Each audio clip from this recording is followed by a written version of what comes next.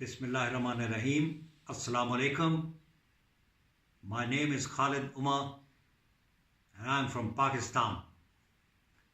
Today I would like to tell you or take you back to the first false flag attack carried out by Indian intelligence against Pakistan with a design, with a purpose to damage Pakistan in the long run. Let me take you back 48 years earlier to 30th January 1971 and to a place called Lahore. The Indian Airlines flight smaller aircraft, the Fokker aircraft, which was also flown by PIA, used to fly from Srinagar to Jammu and onwards to Indian mainland within the Indian occupied Kashmir. The flight took off with 27 passengers on board on 30th January from Srinagar and 2 pilots. After the aircraft had been flying for some time for Jammu, which is in southern Indian occupied Kashmir, 2 of the Kashmiri boys, a young man, acting or posing to be National Liberation Front Kashmir members, took over the aircraft and posed as hijackers. They forced the pilots to bring the aircraft instead of Jammu to Lahore in West Pakistan. The aircraft landed there. Naturally, the authorities were warned by the air control tower that an Indian airline plane, Fokker, wants to land there. So it was permitted to land.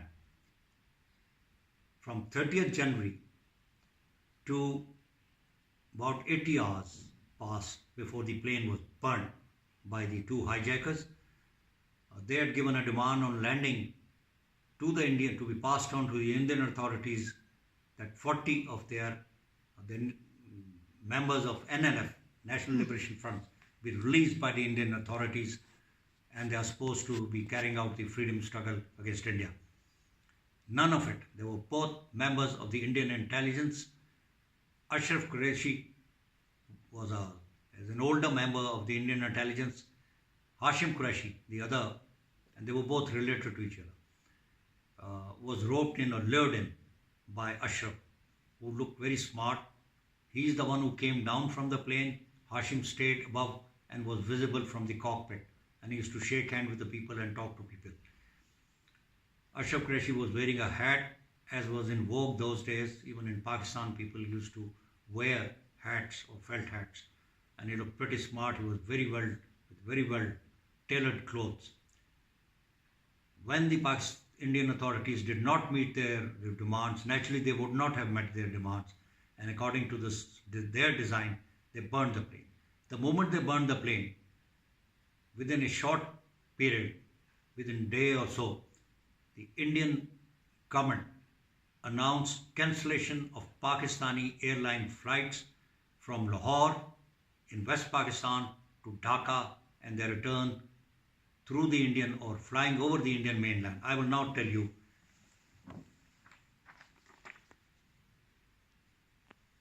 This is about Lahore in West Pakistan, and this is Dhaka, nearly in the center of East Pakistan.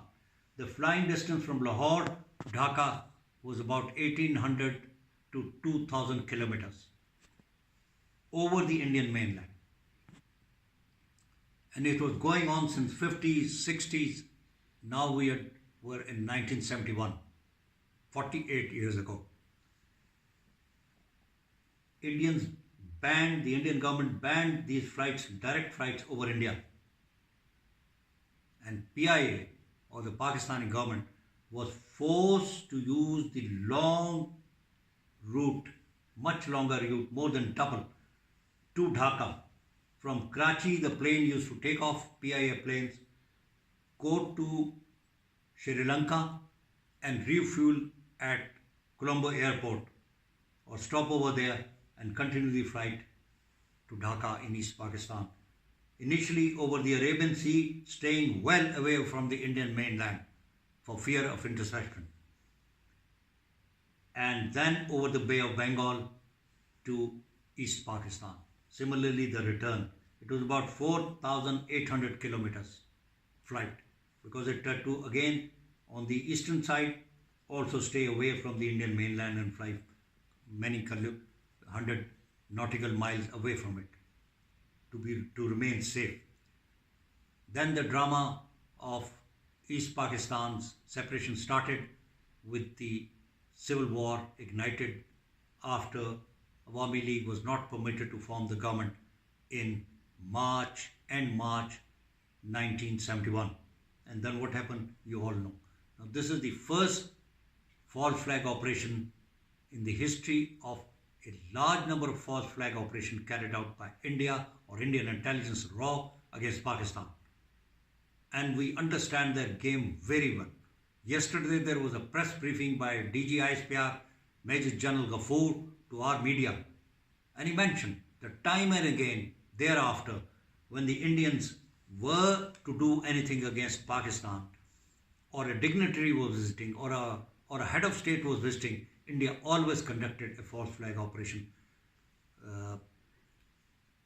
outwardly showing and blaming Pakistan. Straight away, Pakistan has been blamed. Like the Pulwama attack, straight away, without any inquiry, they said Pakistan has been blamed. On 26 November, the Mumbai false flag drama started. It was a well-calculated, well-designed false flag operation carried out by the Indian intelligence in coordination with certain other friendly intelligence organizations of the countries which are hostile to Pakistan, countries which paid Pakistan have been demonizing Pakistan in their press. All of them got together and did the Mumbai false flag, which was somehow owned by certain treacherous people in the government in Pakistan at that time and certain other stupid people. This is part of history. Traitors are there everywhere, and the traitors have to be punished if we have to progress.